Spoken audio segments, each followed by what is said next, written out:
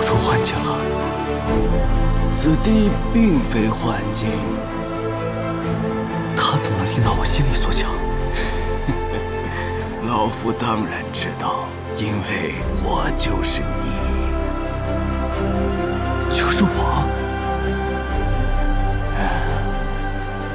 老夫就是你的嗔痴爱恨、悲欢离合，你那些妄想割舍，却不能割舍的一切。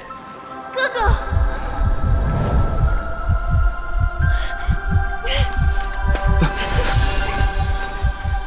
小梅，哥，我知道你会回来看我的。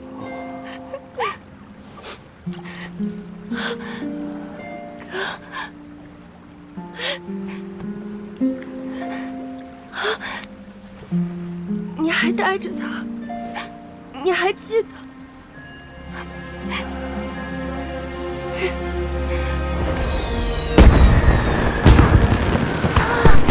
哥哥，你一会儿带我去那儿吧，我觉得那儿的烟花最好看了。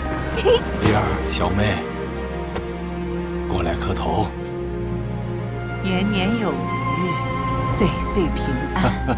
娘，你什么时候才能教我编手绳啊？等你长大，自然就会了。你不会再走了吧？